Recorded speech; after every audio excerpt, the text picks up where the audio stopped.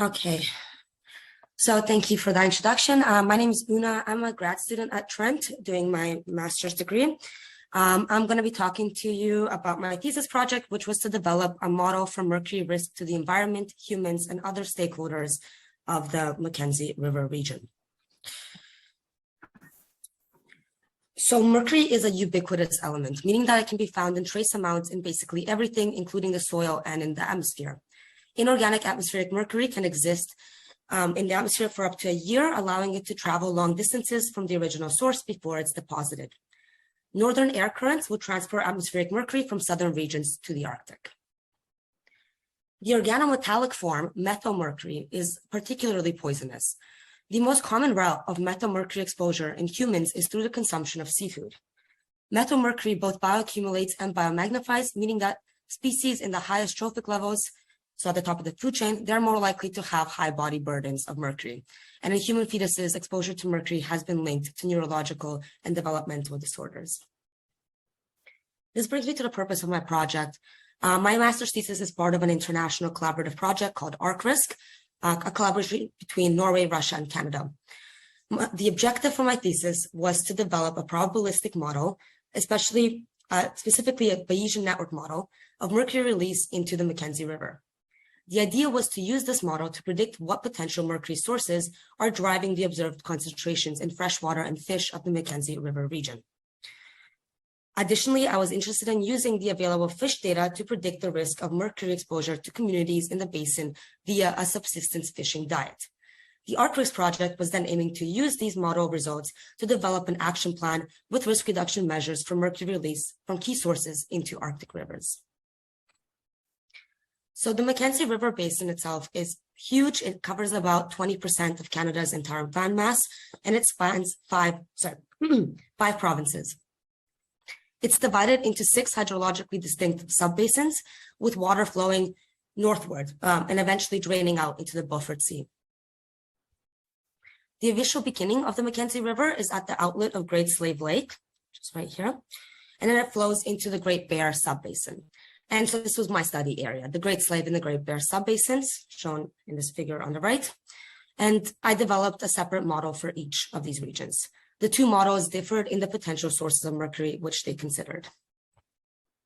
So the potential sources can be broken down into 2 categories, point sources and non-point sources. So point sources can be reduced to a single point of origin, while non-point sources are kind of occurring throughout the area to varying degrees. The Northwest Territories is relatively underdeveloped, and there's not many large production facilities in the region, but that doesn't mean that there's nothing. So for one, there's a history of gold mining in Great Slave Lake area that's represented by the red diamonds in this figure. And historic and economic methods of gold extraction actually did use mercury, and there is a concern that some of this material was not properly disposed of. Additionally, gold mines, which were still producing into the 2000s, such as Giant Mine, have been linked to elevated mercury in the mines area. Then another important point source is the oil and natural gas exploration and extraction industry. Because mercury can form very strong bonds with carbon, materials that have high carbon content, such as fossil fuels, will also be elevated in mercury. And then this mercury can be released into waterways following spills or groundwater contamination. The third point source that I wanted to consider was retrogressive permafrost-thaw slumps.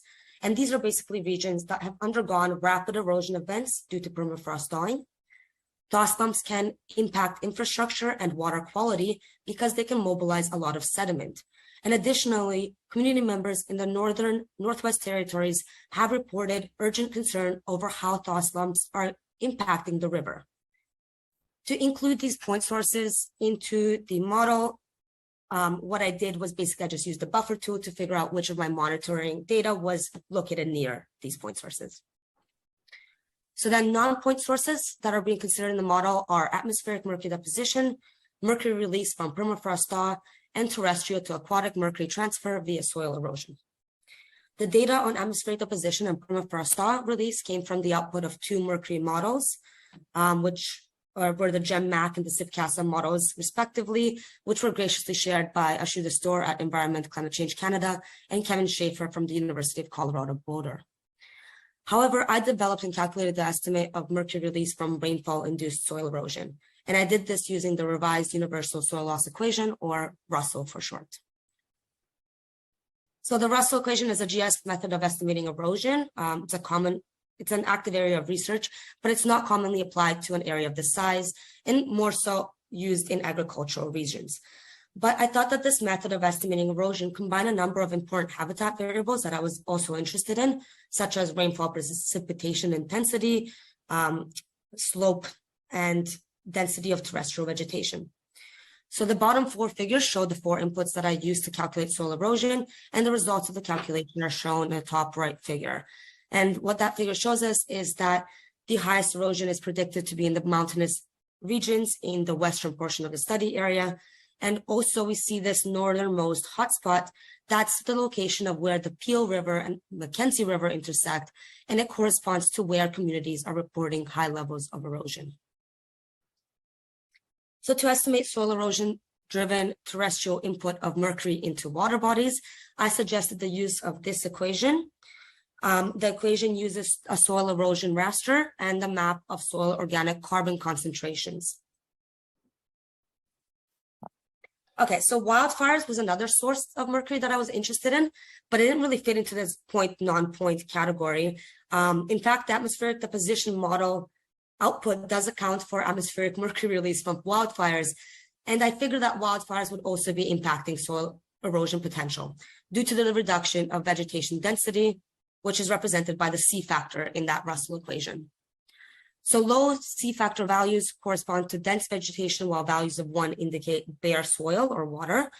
And then using a detailed wildfire data set from the 2014-2015 season and a spatial join tool, I extracted the C factor values pre and post fire event. And then this figure kind of shows what I found. Basically, the C factor did significantly increase in the year of fire, represented by year 0 here. And about 2 years post-fire, the difference was no longer significant. So wildfires would have a temporary effect, but it will not be long-lasting. So that was something to consider in the model. Okay, so the question remains, how does this all fit into a model, and what is a Bayesian network model? So all the participating countries in the ArcGIS project are using these models to analyze complex river basins. So when applied to ecosystems, Bayesian network models combine a causal framework with an environmental risk assessment. And here, researchers will first develop a model out of the expected cause and effect relationships, linking variables until we reach an endpoint variable, which are the variables for which we want to estimate a risk. So in my project, an example of an endpoint variable might be a likelihood of injury to fish, which would be based on some toxicology data and observed tissue mercury concentrations.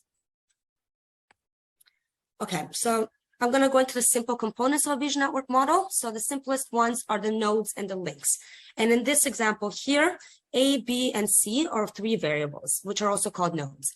And the arrows that connect them represent the cause and effect relationships between these variables. The middle diagram is just how these variables might appear in Netica, the Bayesian network modeling software that I'm using in this project. And we can see that each node is discretized into several states. For example, node A can exist in 2 states, high or low. And then the black bars next to those states represent the probability distribution of the variable across its states.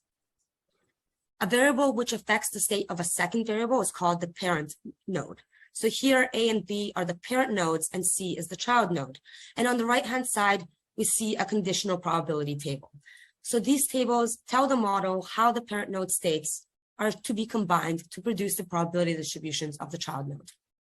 It's not a trivial process to fill out these tables, but there's a number of methods that can be used to predict interactions, and the method used will depend on the node in question. So I'm not going to talk much about my model today, obviously, but I just wanted to show an example of how these models appear when you get into, when you get more variables involved. So here we have a model for the Great Slave study area, which I divided into 4 study regions. Those are shown in the top left yellow box here. And then sources of mercury, which are shown in blue, are directly connected to effect variables, which represent the actual measured concentrations of mercury in either water or in freshwater fish species. Water here, fish species here. And then these effect nodes are then connected to the endpoints, which are colored in pink. The model was used to calculate the risk to 3 endpoints, which were the risk of injury to freshwater fish, the daily dietary mercury intake in a subsistence fishing diet, and finally, the catch losses to commercial fisheries. And the model can also be used to estimate input of mercury from the Mackenzie River into the Beaufort Sea. So in conclusion, I used ArcGIS extensively in this project, mainly in the calculation of soil erosion using the Russell equation, but also in most of my spatial analysis and to determine which monitoring locations were in close proximity to point sources. That's the end of my talk today. Thank you all for listening. I would like to thank our Norwegian partners at NIVA, all the people who graciously shared their monitoring and model output data, and finally, Esri Canada for the financial contribution to support the GIS work that was done in this project. Thank you so much.